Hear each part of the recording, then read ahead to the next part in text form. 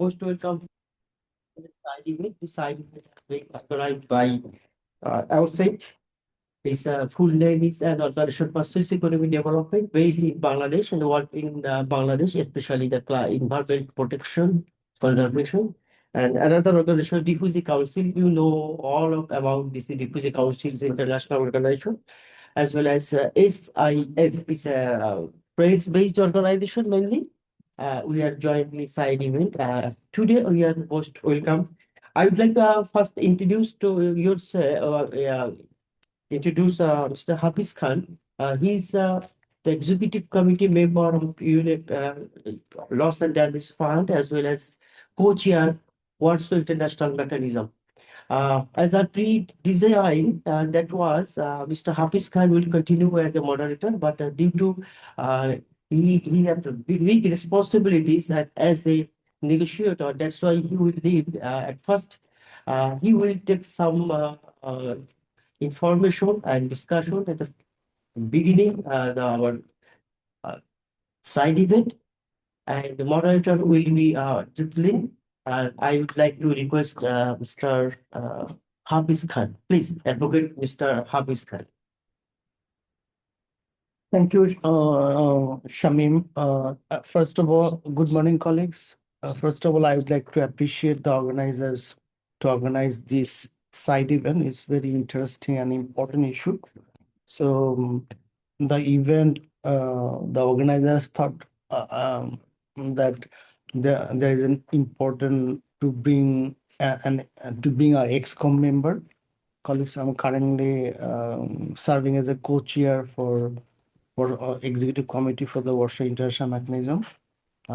We also do see Mahesh Dagal from Nepal. He is the alternate board member for Loss and Damage Fund.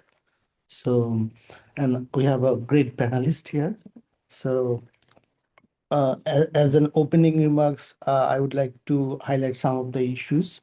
I think climate-induced displacement is a classical example of loss and damage. So we started to discuss this issue from Copenhagen particularly. If you look at the decision, Cancun decision, para 14F, that was a beautiful decision. Unfortunately, we couldn't move alone under the COP decisions. Then on the displacement is policy and displacement related policy discourse is moving under the loss and damage discussion. You know, there is a TFD, Task Force on Displacement, that is working under the Executive Committee of the Warsaw International Mechanism. TFD is now developing their fourth plan of action. They already implemented three plan of actions. So in terms of developing the fourth plan of action, actually TFD, Jocelyn also a member of the TFD. So now TFD is much more focusing on the solution-oriented initiative at the local level. So how to address climate-induced related displacement and migration at the local level, at the national level and global level. You know, there is a, it is not only internal displacement, also there are some issues related to cross-border migration, which is very sensitive and politically important. That's what we need to consider. So loss and damage, within the loss and damage framework, we can deal with the displacement. At the same time, adaptation framework also can help us to avoid the displacement. So we need to develop our national local policy framework within the context of adaptation and also loss and damage, because we can try to relocate, that is we call plan relocation within the adaptation framework, but it is not easy for Bangladesh, for example, a small, tiny and overpopulated country. But maybe some countries is possible. We can try for the plan relocation, but challenge remains there for rehabilitation and resettlement.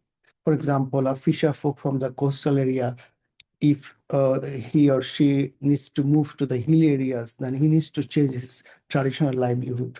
That is difficult within the framework of relocation and resettlement. So there are so many critical issues involved with displacement. So we need to think very strategically how to develop local, national, also global policies. So TFD is working. At the same time, I do request the policymakers from the national level so that we can access the policy guidance, particularly that TFD is developing. We need to access and we need to act at the national level. So we need to think about coordinated and complementary approach at the local, national, also regional level. So we need to work together to address this issue, which is politically, also technically difficult. With that said, colleagues, I would like to go back to negotiating room. So, and I hope the panel, I do see today, that is Laura is here. So Jocelyn is here. Shamim, even Shamim bhai, he's from Bangladesh actually, working at the ground level. So, and finally, Mahesh ji is, Qiyamud. Qiyamud, he's very interesting case. I think he will talk from his life. And finally, we will be hearing Mahesh ji. He's an alternate member for Los Angeles Fund, and he can tell us about the scope within the Los Angeles Fund board, what we are doing at this moment, particularly how communities directly can access this fund. With that said, colleagues, if you allow me, I would like to go back to the room. Thank you so much.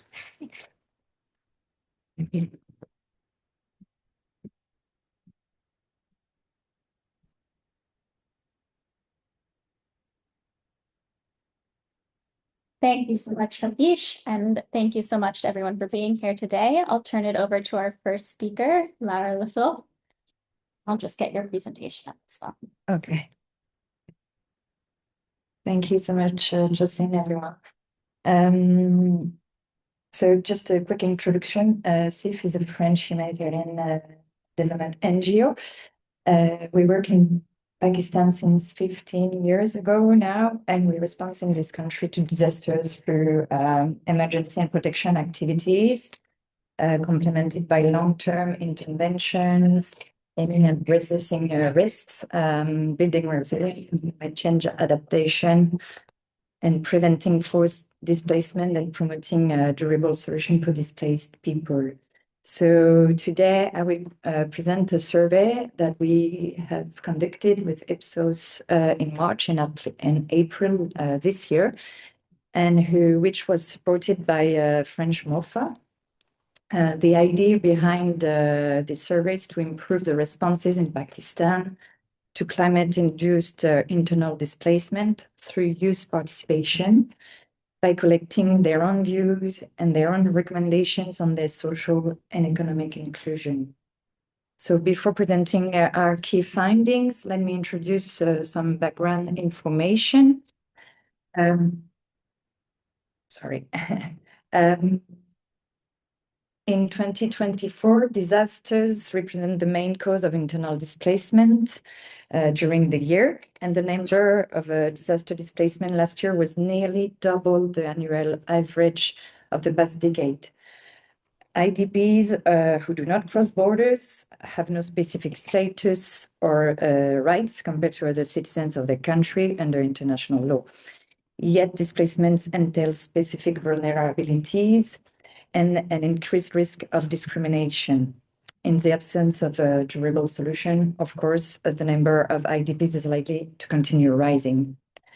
And because of their age and dependency, children and youth are particularly affected by displacements with long-term repercussion on their social and economic inclusion.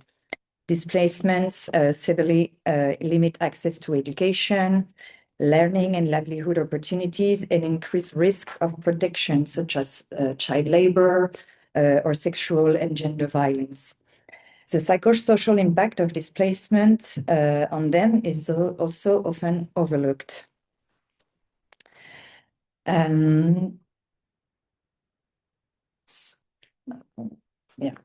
Disaster-related events are also the main cause of displacement in Pakistan. Of course, we all recall the impact of the floods in 2022 with 8.2 million people displaced, knowing that thousands of them remain displaced today. So at the end of 2024, you can see that 203,000 people were displaced due to disasters. For this survey, I don't know where to click, sorry. Does it work? Yes. Yes. Yes. Yes. Okay. So for this survey, we did a quantitative study targeting displaced due to disasters and the ones at risk, and a qualitative study with 8 focus group discussions. So here,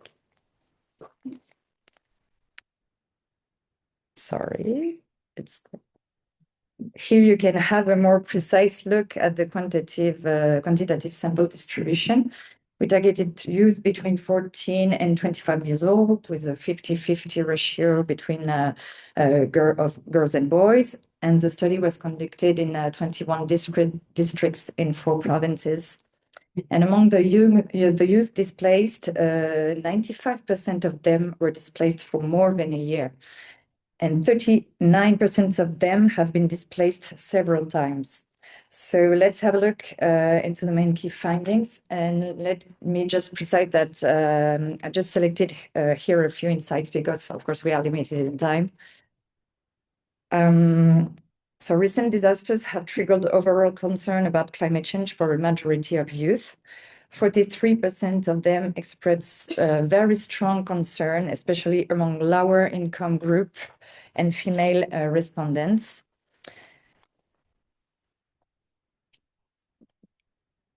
Sorry. Yes. Yes, I think it's working. So youth across Pakistan connect really well rising disasters to climate change.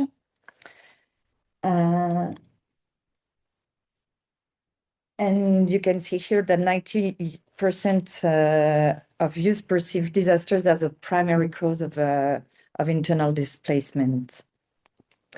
When asked about their needs for removing displacements, displaced youth highlighted essentials tied to basic survival and long-term security.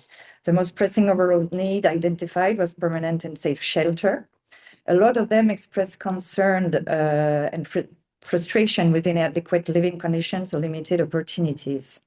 The youngest age group and those from lower socioeconomic backgrounds were responding more accurately to immediate risks to their physical or emotional well-being.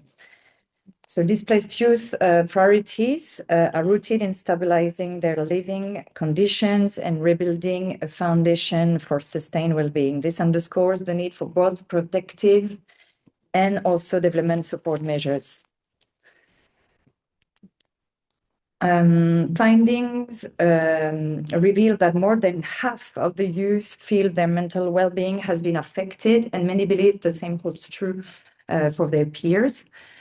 Depression was significantly more common among displaced youth and most acute in the youngest age group, so 14, 17 years old.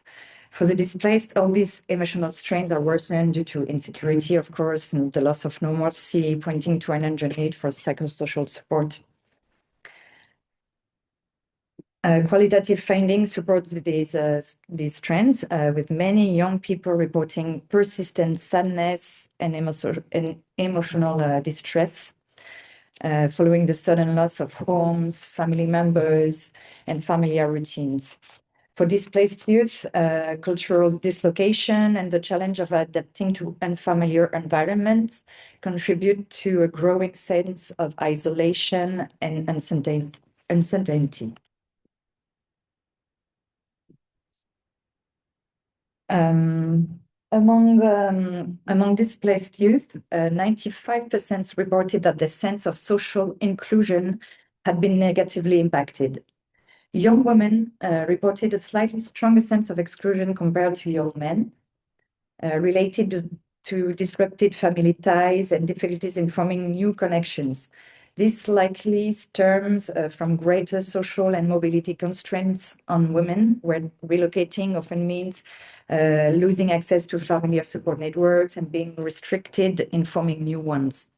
Male respondents more frequently reported experiencing a loss of community belonging and increased discrimination. This may be reflective of men's greater exposure to public spaces, economic interactions, or aid distribution processes, where issues of discrimination, favoritism, and more are more directly felt. So these patterns underscore the need for localized, gender-sensitive inclusion efforts. Displacement or disasters for those at risk erode the educational experience of young people. Of course, displaced youth reported more issues related to direct disruption in their education, reflecting their struggle to regain educational continuity.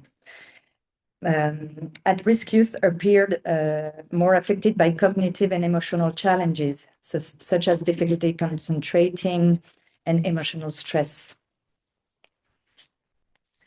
Regarding occupation, the majority of youth, both displaced and at risk, report that their career aspirations and opportunities have been significantly impacted. Displaced respondents especially report reduced availability of local jobs, closure or loss of family businesses, and decreased access to professional networking or career advancement opportunities. So these findings underline the instability that displacement causes, stripping displaced youth of vital economic resources and opportunities. When we asked specifically to displaced youth if their family economic inclusion has been affected by the displacement, 94% said yes. Young men cite structural barriers, and young women highlight instability and aid dependency. Lower income and urban youth were the ones who reported the strongest economic disruption. So now let me present 5 key recommendations from the youth. The first one, okay. 91% of youth think the government has to lead climate action. 84% of youth think the government must address displacement, as you can see on the graph on the left. And the second graph reflects the youth perception that internal displacement is driven by climate change, as we saw earlier, but also driven by institutional shortcomings, such as inadequate disaster preparedness, poor infrastructure, and the absence of effective early warning systems. So during the focus group discussions, participants referred to past failure in disaster response, expressing that the absence of effective recovery efforts and long-term resilience planning in the aftermath of previous disaster left communities really exposed to recurring vulnerabilities. To prevent disasters-related displacement, youth prioritize long-term solutions such as preparedness, awareness, infrastructure strengthening, underscoring a shift from reactive to proactive strategies. To improve social inclusion for the displaced, you see interpersonal and community-led solutions as key. Community leaders helping displaced people were strongly endorsed by both categories. And regarding economic inclusion, youth calls for more job opportunities, of course, but also demands real access in terms of skills, education, and financial support over temporary relief. This reflects that they think the most urgent priorities lie in rebuilding livelihoods and securing pathways to participate economically. So to conclude, I would like to share some 3 main key takeaways.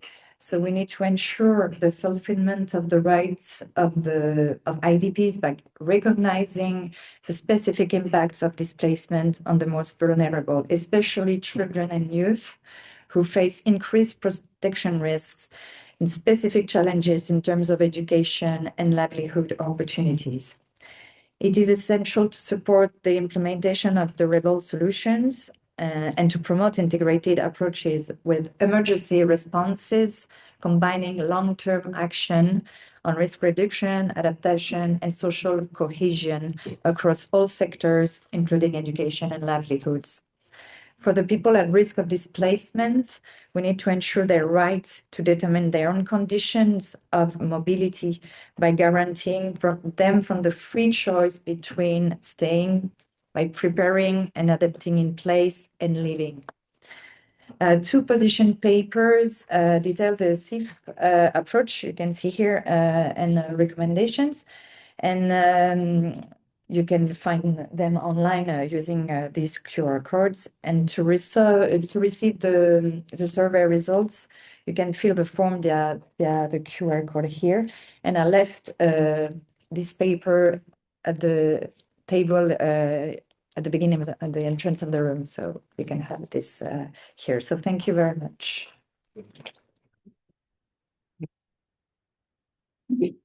Thank you, Lara. And if you could pass the laptop to Qiyam, we'll introduce our next speaker. Our next speaker is Mr. Qiyamud Ikram, who is a refugee from Afghanistan and climate migration and youth advocate based in Germany. He was a fellow in Refugee International's inaugural Refugee Fellows Program and works with UN bodies, international organizations, and youth-led groups on climate adaptation, disaster risk reduction, climate mobility, and climate justice, with a particular focus on amplifying the voices of refugees and youth in global policy spaces, such as this one. His presentation will highlight research conducted using remote sensing and global data sets to assess youth settlements in Pakistan to climate-induced disasters such as flooding.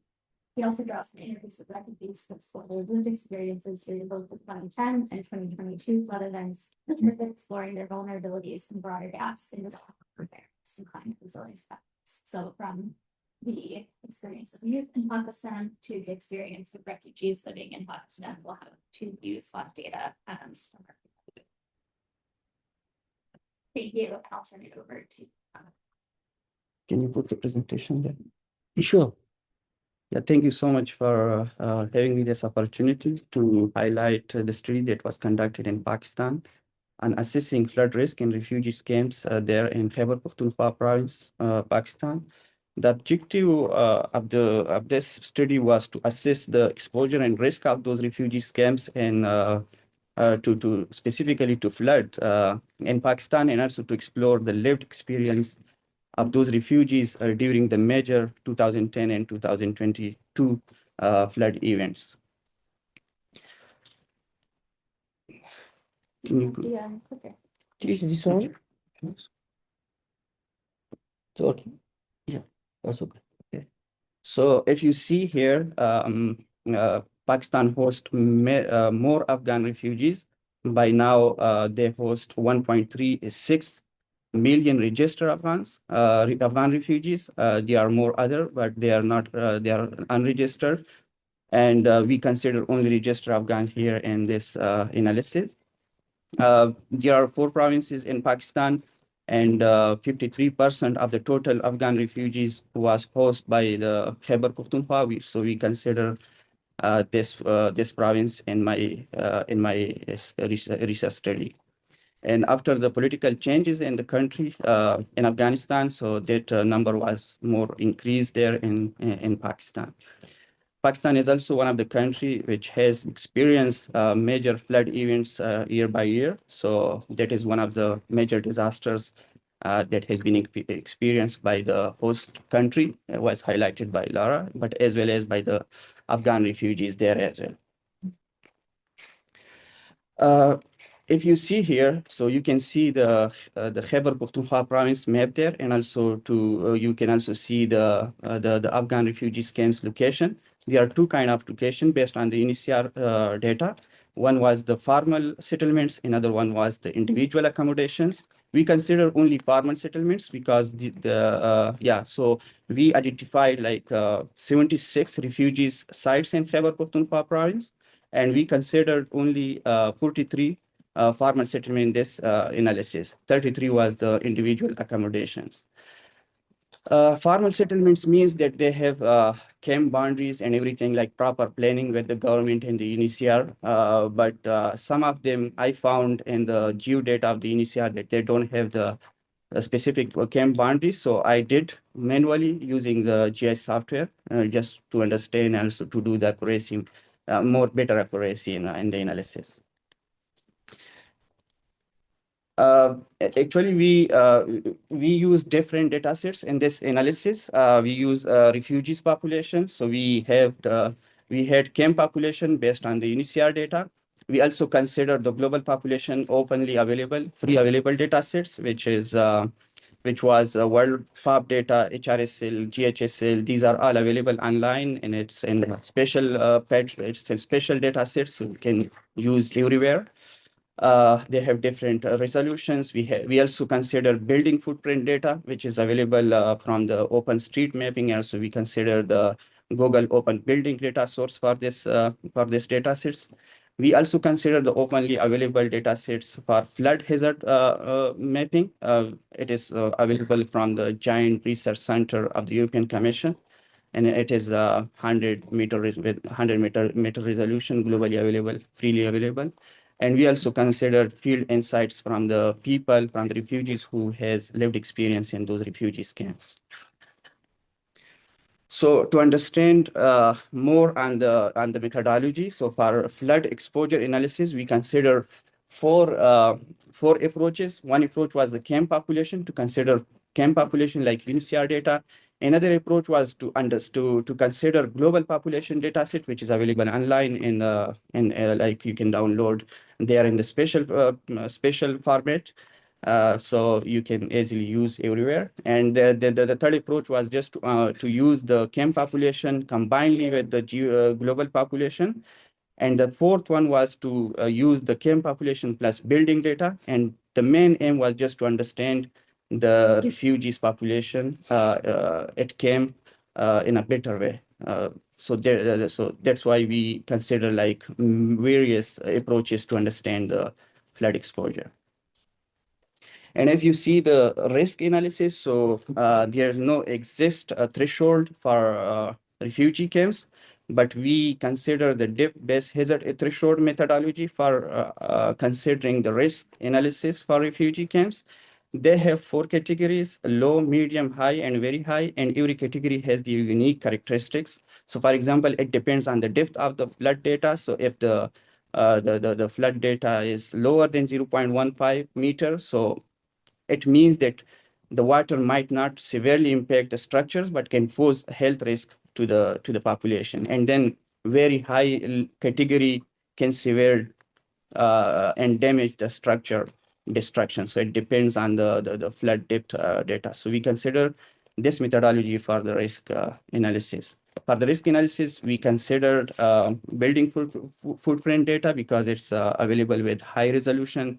And if the building is not available, then we also consider other approaches as well, just to have our research more enriched. So the result was, if you see the result, so one objective was just to understand the refugees population per camp. So I'm here, I cannot go there, for example, but I can assess from here remotely. So using different remote sensing data as well as globally available open data sets. So we found that somehow there is underestimation of the global data set, and there are certain technical reasons of the spatial resolution, and might be also not the update, like it is not updated. Maybe it's, it was available until like 2022, 2020. So these are some of the reasons, but still, like the advancement in remote sensing data, as a researcher, you can do such analysis wherever you are. And if you cannot find a local data anywhere in the world, still you can do such flood and disaster impact assessments. And if you see the exposure analysis, so these out of 43 refugee sites, these 9 refugee camps were found highly exposed to 100-year return flood events. And 6 camps like Khorasan, Khazana, Naguman, Temar, Khaki, and Padana show the highest exposure, up to like 86%. Why? Because these are the camps that are more near to the flood-prone areas, and also more highly exposed to those, like they are located near by the river side, so that's why they're highly exposed. And again, global data sets, we underestimate the exposure analysis as compared to the UNHCR camp population data set, but somehow we were trying to understand the comparison and to understand that how they work together for refugees exposure analysis. And if you see out of for the risk analysis, I just put one camp as an example. So you see 65% of the flood exposed refugees face the low life-threatening risk, like the flood depth below 0.5. So they face, it means they have faced like high risk, high health risk, and also they might face like damages to their property and these things. So if you see, there are certain categories of the risk.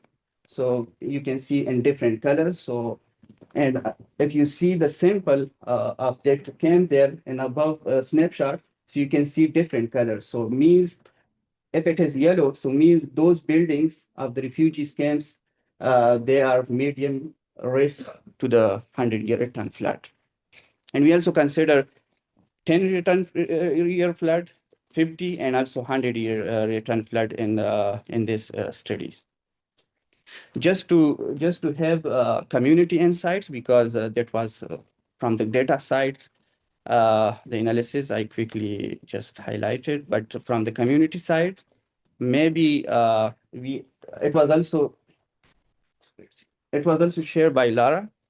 So most of the thing was shared, but more specifically at local level to the community, to the Afghan communities. So Afghan refugees in Pakistan, they were hit during the 2010 and 2022 flood events, and they faced serious problems related to health, like waterborne diseases, like malaria was common there, and also loss of homes and their incomes. But most importantly, many shared that a major gap is the lack of formally early warning systems. And most camps, like people depend on informal methods like WhatsApp groups, chat, or word of mouth, like to communicate in like village to village or person to person. And I think this gap leaves them unprepared and highly vulnerable to any disaster when it happens. Another major issue was the lack of disaster training that was found in refugee camps. So I think when you don't have such training, so that even harder for the communities to protect themselves or respond safely during any emergency situations. Again, many refugees and those camps, they hold legal documents like the proof of registration cards, but still they don't always guarantee access to help after a disasters. And many people still face barriers to government services, aid, and as well as other support to rebuild themselves. They also face like job discrimination in the market, so they can't get like easily jobs in there, so that they can rebuild themselves to any other disasters. They are like daily wages. Most of the refugees there, they are daily wages laborers. So if a flood comes or any other disaster comes, so definitely they are mostly affected by such disasters. And in such cases, we also found that children are forced to work to help the families to survive in that situation. One of the biggest concern is the camps location. So many refugee settlements are in the flood-prone areas and without any proper protection or drainage system or shelter system. So refugees they're also not allowed to build permanent structures, even at their own cost because of the legal restrictions. So that means no concrete homes, no proper drainage systems, nothing that could make them safer during any emergencies or disaster. So, but despite all these challenges, refugees communities, they are not just only the passive victims, but they have taken some certain local initiative by themselves. to respond to such disasters. So they have built volunteer groups and community members there. They help each other with the evacuation plans during any emergencies. They can also help with the basic aid and also supporting each other in any vulnerable and emergency situation. So one of the example is mosque and local gathering places like hujras. They often become like central spots during any emergencies or disasters for coordination and shelter or any kind of decision that they would like to take during such a disaster situation. But again, if you see the refugee response, these efforts are limited. They don't have that, like they lack formal recognition there. They don't have proper training for such a situation. They also don't have resources to accommodate such things in a better way.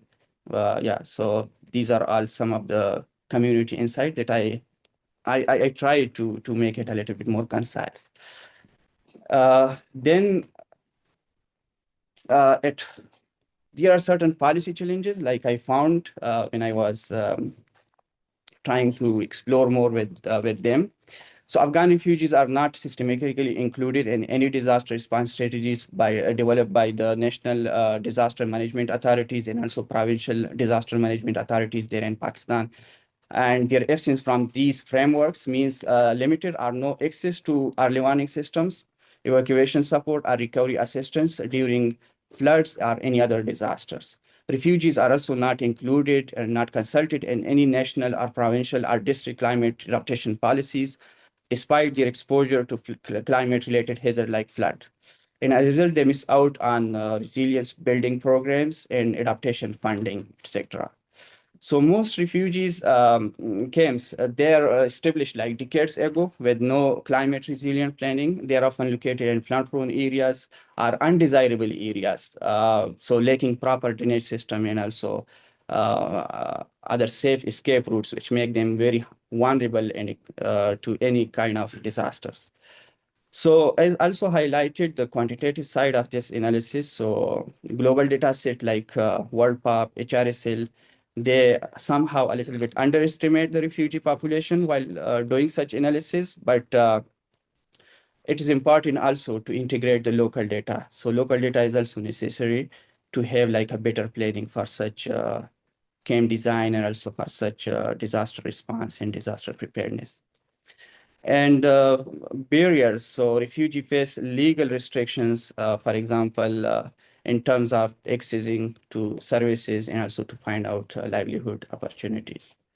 There are certain recommendations based on those finding, like to protect Afghan refugees there in the refugee camps from any kind of disaster risk. I think refugee camps must be included in the disaster management plans.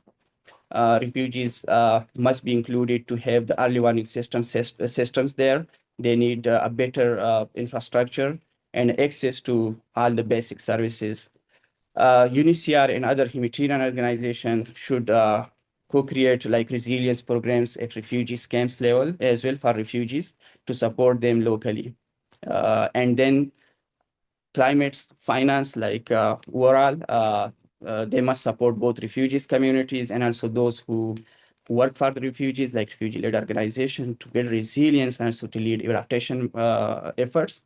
And the last to conclude, I think to use accurate data tools like with local data, if we can also use the high resolution satellite imagery for local, like, through these local data sets and also like satellite free available data sets, we can do flood risk mapping, which is lacking in those global south countries. So I think that will help us in disaster response.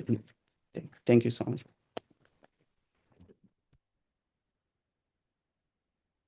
Thank you so much. Yeah, thank you very much for the presentation. Let's leave this up here for 1 second. Let's just see the recommendations. And now introducing Mr.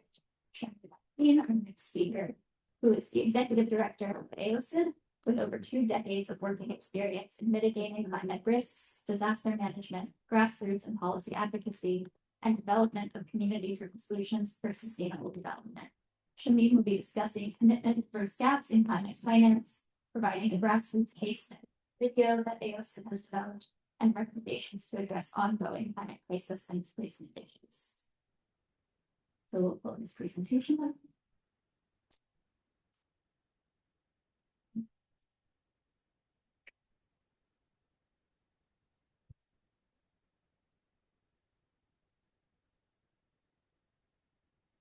Good morning, everybody. Hey, good morning, everybody. That's good. It's a responsive. That's why. Actually, I'd like to talk very small piece information. That information we know everyone. When we talk about this side event for the environment conservation and refugee and other human rights, etc., and fund and loss and damage issues. But that movement, global, political, scenario, especially geopolitics, is very critical. Everybody, we are not happy about this scenario. However, we need to go. It's okay. Yeah, it's So,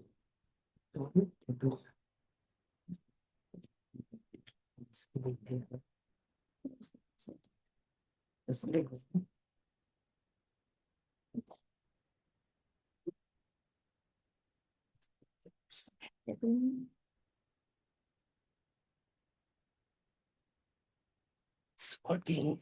No, it's not us.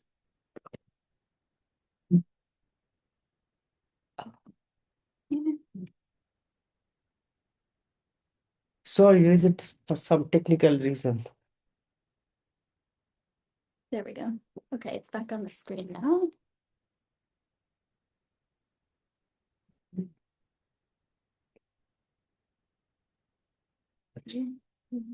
Close it, close. It's okay. There you go. It's okay. I talk about the timeline of the global climate commitments. There is some key information we know about this. First one is 1.5 degrees Celsius will be no more. We talk about this information last of decade, but till now, and existing, we cross the 1.8 plus, and some statistics say that it will be 2 plus. At this moment, we say this is that was a big commitment, but we global leader and parties have not continued their commitment.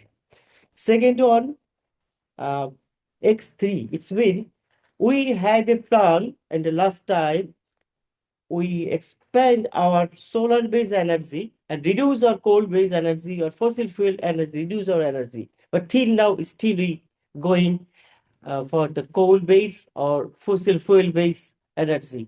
Till now, we have not considered this global warming issues. And it's a very important issues. We have a plan last year 2023. This agreement to begin does come to anyway or reduce all fossil fuels. But till now we continue about this. This is the global most of the commitment. One of I repeat only 3 commitments. We know about these issues. And the journey of this, we know about this journey of the climate change and these issues. At first, we would like to say the Rio Convention, when they start the environment issues coming down and talk about the environment issues and develop through the Rio Shambhalan. After that, we develop the under the UN, develop the UNFCCC at the same time. The others research organization also. There is a lot of commitment. In the 1970 Kyoto Protocol, that was the key issues. That time we defined who are the emissions, the greenhouse gases are allowed and who are not. That was the Annex A and non-Annex countries. And that time, one of the key issues, all of the Annex country they will pay the 1% revenue for the developing lowland countries for their research and health and others, but till they have not commitment lot of commitment there. And last time we also 10,000 in the Cancun agreement. Till now we continue this Cancun agreement, but the result is not good. This and after that the Paris agreement. We know about this Paris agreement. Till now we talk about the Paris agreement. Now is our key rule book to talk about the climate change and other issues also. And the 21 Glasgow COP, we talk about lot of issues. Actually, this is the very important to talk about the environmental change. There is a loss and damage. It's a very important issues. And Dubai COP, we also talk about announce the loss and damage fund. Now is the loss and damage fund is ground. But question is that this is the historical background.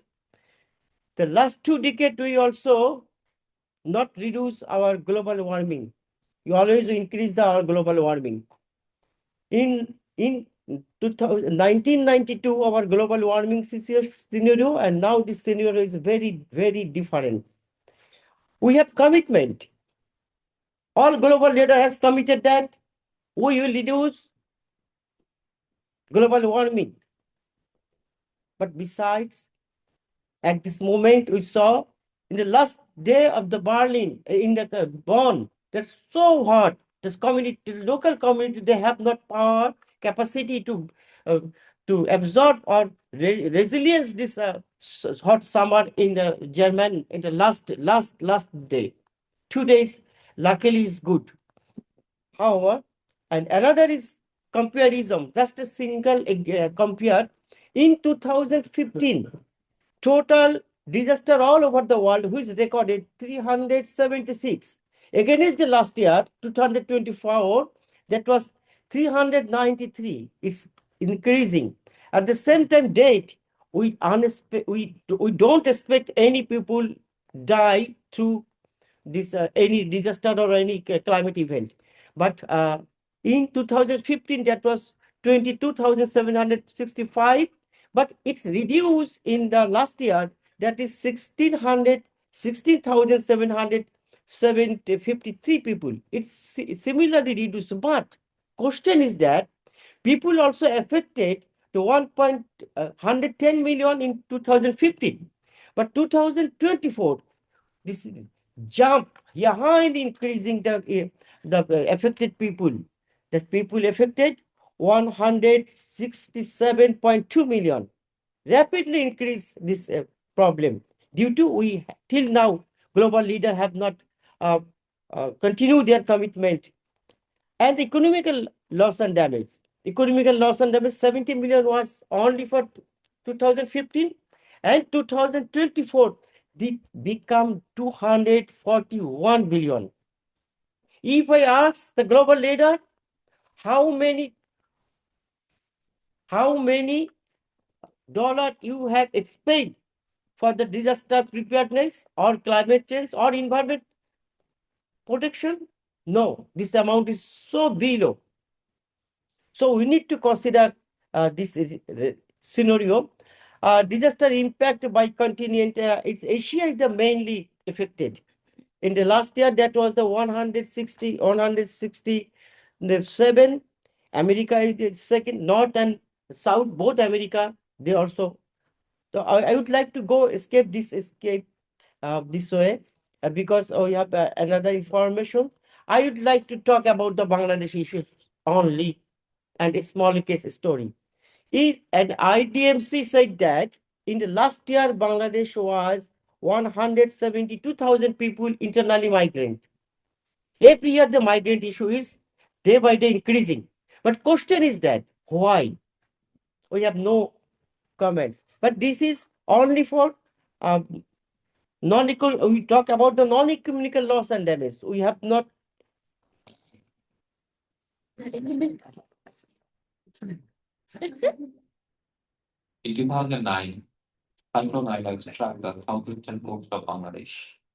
An unforgiving tidal surge rising up to 10 feet. In moments, villages vanished with water, homes were lost, lives swept away. Forever changed. The World Health Organization reports that climate change displaced 7.1 million people in Bangladesh by 2022. By 2050, that number could reach 13.3 million. Cyclone Isla alone made over 842,000 people homeless. Ansar Ali Khokon was once a prosperous businessman in Georgia, president of the Local Market Association. But after Isla, the river claimed his home and his father's grave.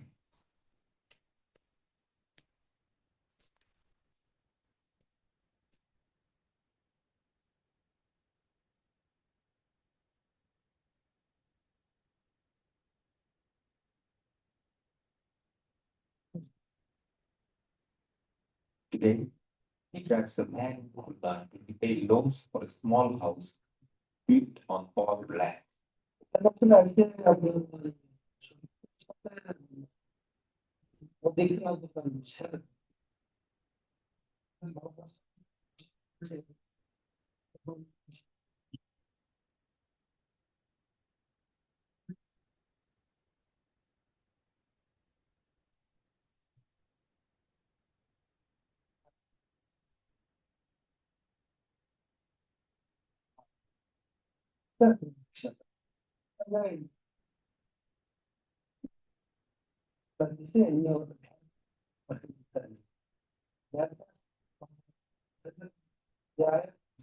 His eldest son was just 10 when the cyclone hit. His education was disrupted and his future diverted.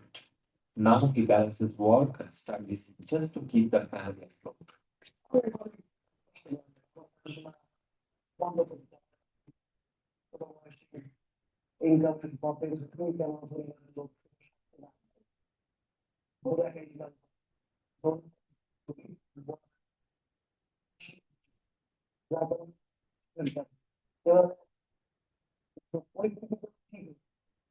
A 1.5-kilometer stretch of embankment in Georgia collapsed during Ida, submerging nearly 2,000 families' homes and fields. A decade later, the embankment remains incomplete. The damage runs deeper than land. It cuts into memory, identity, and hope.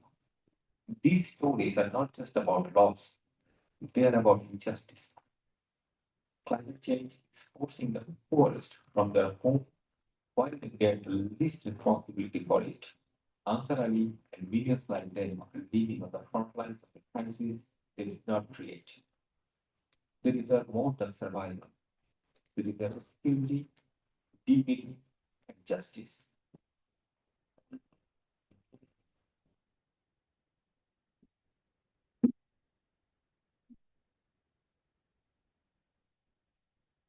This is a small pieces of the story, the loss and damage. After 20 years, this one single family is destroyed.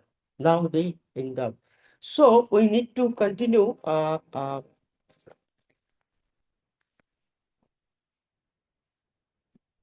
Actually, you know about this all issues. The commitment.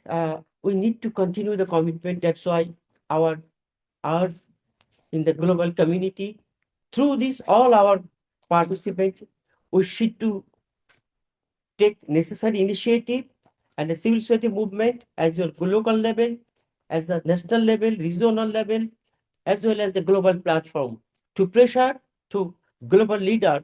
Of course, our only one earth. We have no earth, only one earth. We are the part of the environment. Human being are the part of the environment.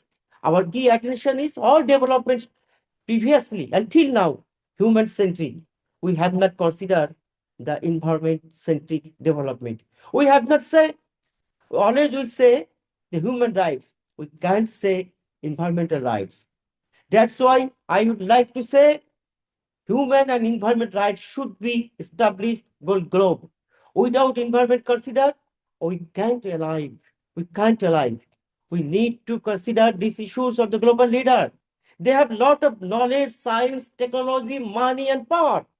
But I don't know why they stop the greenhouse gases. I don't know. Please, I request all of you, I request all of our honorable Global leaders, please stop the war against the environment. Stop the war against the human being. Please save our soul. Thank you, everybody. I'm sorry, I'd like share, I would like request one of our colleague, Dr. Mizanur Rahman. He's 40 years, 40, at least 4 decades, he also continue commitment, continue to contribute in the climate change field. I'd like to invite Mr. Mizanur Rahman, please take a seat here from some few words, please. Dr. Mizanur Rahman.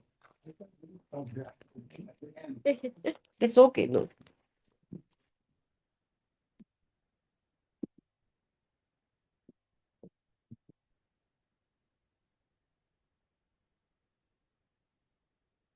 Now I should do. Yeah. Thank you. Thank you for inviting me here. No, I have been serving as a long-term negotiator since 2001, taking care of climate finance. But I'm extremely frustrated because, climate finance is not forthcoming. And there's loss and damages and, overlaps with mitigation, adaptation, and humanitarian actions, because averting, minimizing, and addressing, averting can be done only through mitigation, but there is not much ambitious mitigation at all. In 92, we have started with 24 gigatons globally. Now it's almost 60 gigatons. But there is a catch here. Now, developing countries, in 92, we started with 30-70. Developed countries emitted 70%, and developing countries. Now the pendulum has changed. And for right reasons, because growth in developing countries is kind of. Now, if we want to address loss and damage, then adaptation, averting, minimizing loss and damage can be done through our adaptation. But adaptation finance is extremely poor. And there are structural reasons why adaptation finance remains poor. Because adaptation is viewed as kind of bringing in only local or national benefits. It's not yet regarded as a global public good. I have a book published by Routledge from London and New York arguing that adaptation should be considered as a global public good, and that should be financed by penalizing, taxing global public bads like pollution from fossil fuels and other high-emitting sectors. But that is not happening. Now, this addressing displacement, for example, best is in situ, if can be done. Because culturally, human beings don't want to move out of their ancestral lands.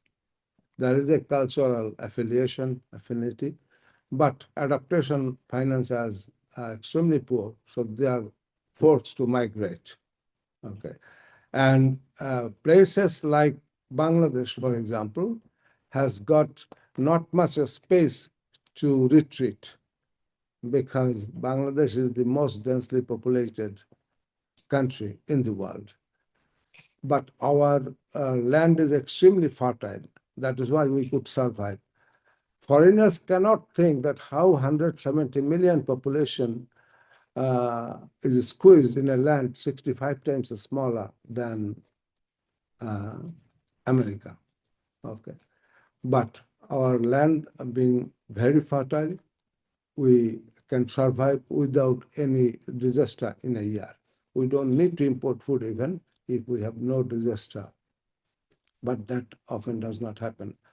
That is why for countries like Bangladesh, I have been advocating another strategy, which is selective relocation abroad, because para 14F had been an excellent decision back in 2010. But then, since then, we have been backtracking. And climate, as an academic negotiator, I consider climate negotiations as a process of active inaction.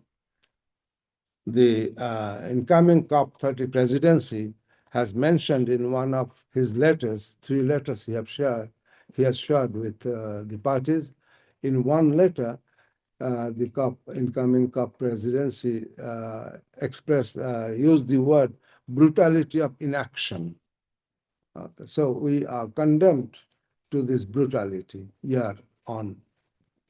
That is why for Bangladesh, I have submitted an article also in Science. I have a piece about 2 years back where I have argued for selective relocation abroad, in the sense that wholesale migration is politically very sensitive.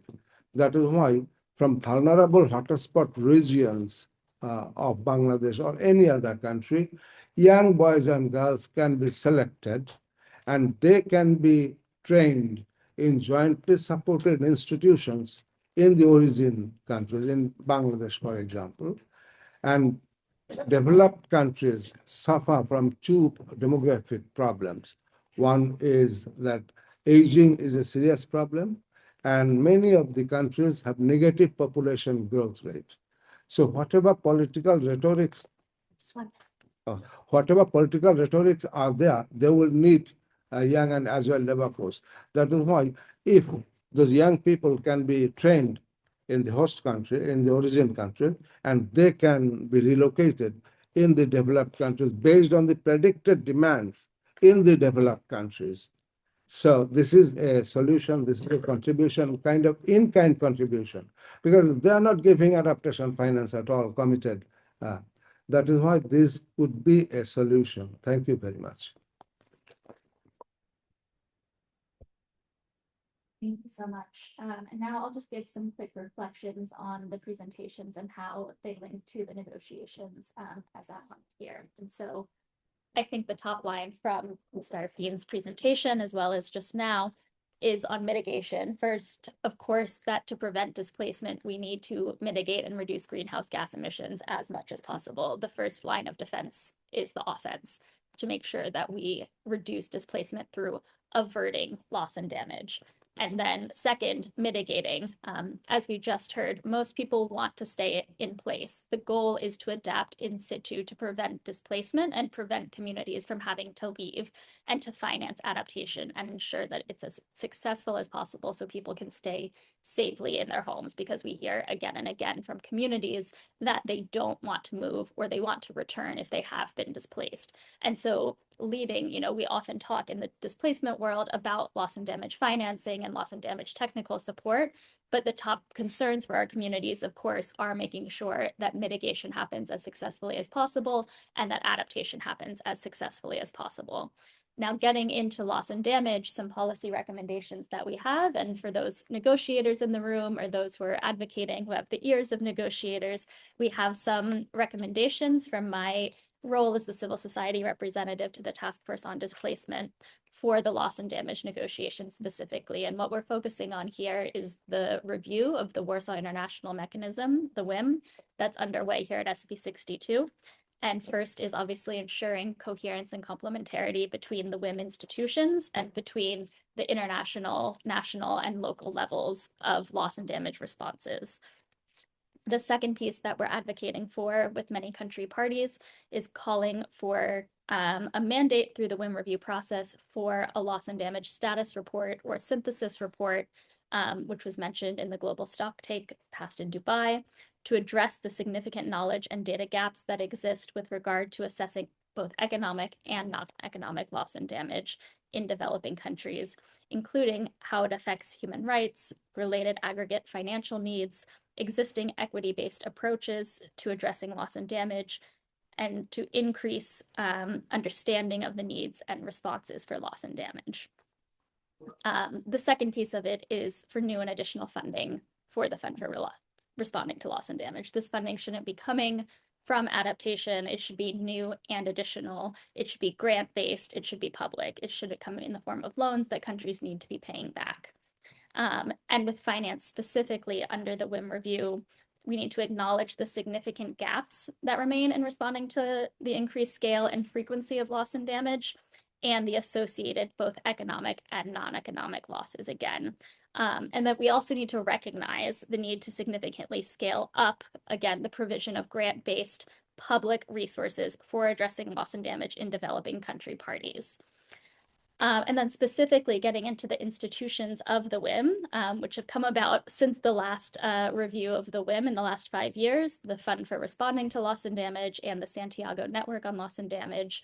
For those not following closely, the Fund for Responding to Loss and Damage launched the BIM, the Barbados Implementation Mechanism, a few months ago, which is a $250 million sort of pilot phase of the WIM that will be distributed from 2025 to 2026. We'll see more decisions in July on operationalizing that. But that's startup funding for country-led projects of the scale of $5 to $20 million per each project, with at least 50% going to SIDS and LDCs. And so we'll see some lessons from this distribution of funding to countries. But I think what's really critical, especially for displaced communities, refugees, other displaced groups, migrants, is that it has to inform best practices for the community access to the fund that must come in the next phase. Because we had community access determined in the original decision for the Fund for Responding to Loss and Damage, and it has to be something that's enshrined in its ultimate operationalization. And for that to happen, we need greater consultation and continued consultation with these communities throughout the next year, since they aren't being included in the BIM. Next, for the Santiago Network on Loss and Damage, we need to make sure that requests from communities, from affected populations, are able to be communicated to the board for the Santiago Network, to be distributed to the OBNEs, the organizations, bodies, networks, and other entities that allows them to receive this technical assistance as well, that it's not just being provided to parties. Because if parties are receiving assistance to, say, develop project proposals, to receive funding from the Fund for Responding to Loss and Damage, then community groups need to receive this assistance as well. So as we're thinking through how the Santiago Network works and how the fund works, we need to be thinking about how genuine consultation can occur with these communities, especially displaced people, refugees, migrants, who are often also marginalized in national political processes, and how we're providing support and technical assistance to these communities as well, both directly, both through UNFCCC processes and through national processes. And then on the task force on displacement and the other expert groups under the WIM, the fourth plan of action is in development for the task force on displacement. So those who'd like to feed into it, please feel free. And what we're hoping to see in the next phase is really the implementation of the knowledge products and other things that have been produced in the last few years.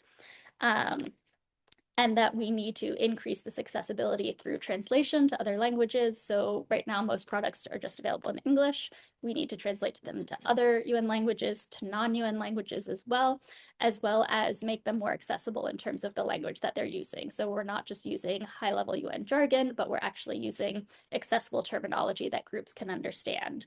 And then more broadly, I'll close with saying that as Mr. Arfeen has outlined, we've seen a real shrinking of civil society space here at the SBs, in the UNFCCC processes as a whole, both officially reduced badges for civil society representatives, but also it's just a lot more difficult and expensive to attend COPs often. There's limited virtual participation, and there isn't a lot of sensitization and sharing of information on how to participate in the COP processes. And so we call for country parties, as well as for the UNFCCC, to really prioritize this, to bring civil society and their attendant expertise and needs of affected communities to the forefront and make it much easier for them to participate in these processes. So I'll close there. Thank you very much. And I'll turn it over to our final speaker, Dr. Dakal, who is an alternate board member to the Fund for Responding to Loss and Damage. Yeah. Thank you for this. Thank you, organizers, for inviting me.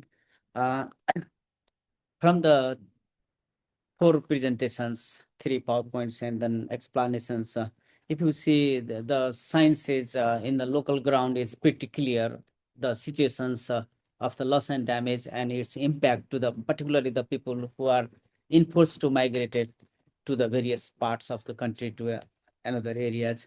Even the first presentations, it's really impressive. And then the research methodology is pretty clear. And then how serious it is, then you can simply imagine. From the all presentations, what I would like to make a conclusion is that science is clear, and then the countries are submitting their NDC and NAPs. Even some of the countries still remain to submit. Hopefully, they will submit the very soon. But for me, what I'm looking is in the climate change, even a triple C negotiation process. Of course, everyone are realizing that the convergence and then harmonizations or coordinations, coherence among the WIM, EXCOM, and Santiago network, loss and damage, and then definitely fund for responding to loss and damage. It is expected from all speakers and all negotiators in my observations. That's why the joint joint report of Santiago Network and UNFCCC is under discussion in this COP, and hopefully the outcome of the report will come in the expected manner. And then second, whatever we are talking is the climate finance, as Professor Mizan also said. It is very frustrated situations. If you see the all negotiations from the climate change perspective, and if you see from the loss and damage perspective, it's really pessimistic and frustrated. That's why my request to all colleagues and even delegates, negotiators, we have to be very serious, and equally our request to our politicians, particularly developed countries who are responsible to address this global agenda of loss and damage.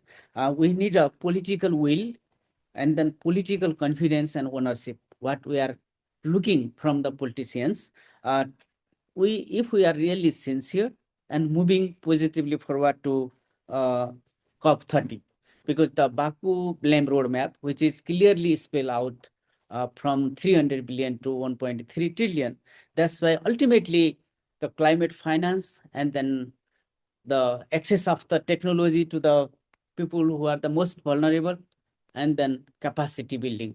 These three parts we have to support to those who are really suffer from the climate change.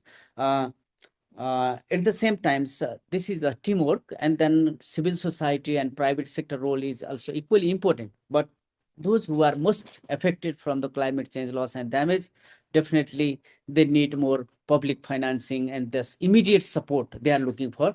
And loss and damage fund board is working hard on it, but we have very limited fund pledge so far. And the fifth board meeting has already decided to develop on Barbados implementation modality, which is the fast track to deliver the fund so far is available, because even though all pledge fund is not signed and delivered to the Secretariat fund, but whatever we received, then we would like to deliver as soon as possible and address the loss and damage, those who are the most affected. Once again, thank you very much for giving this opportunity. Thank you very much.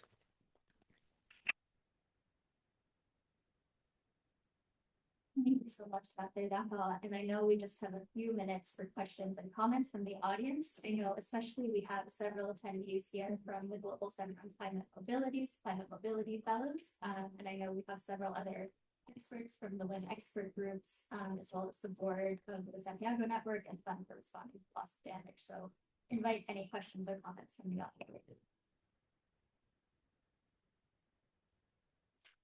Is there a microphone?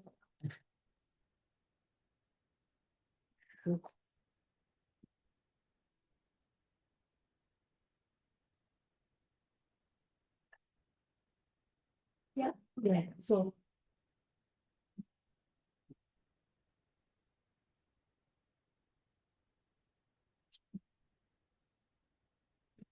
Very much.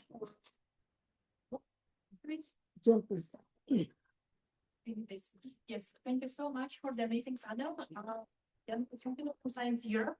I had a question. So you mentioned several speakers here mentioned the data gaps in the global south, and I wonder, I mean, there were already several examples mentioned, but maybe you could elaborate a bit on yeah, where do you see the main existing data gaps and what you would like to be addressed as a priority? I'm curious. Thank you. Yeah, okay.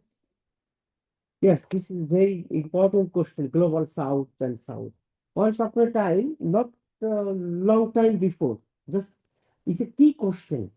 When we talk about the global south and south, we also try to global south-south cooperation. Under the south-south cooperation, there's the technical support, one of the key issue.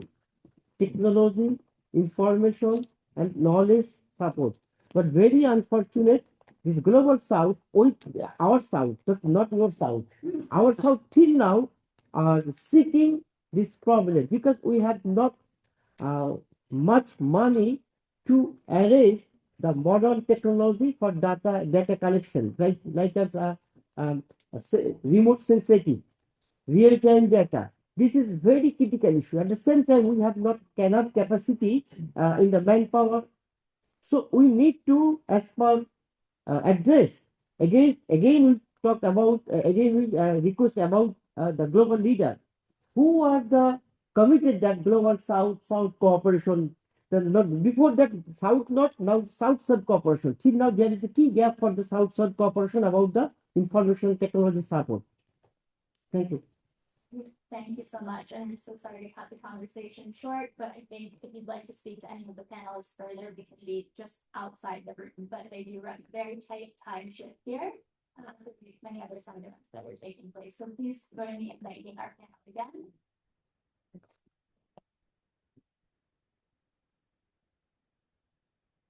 Thank you all for being here.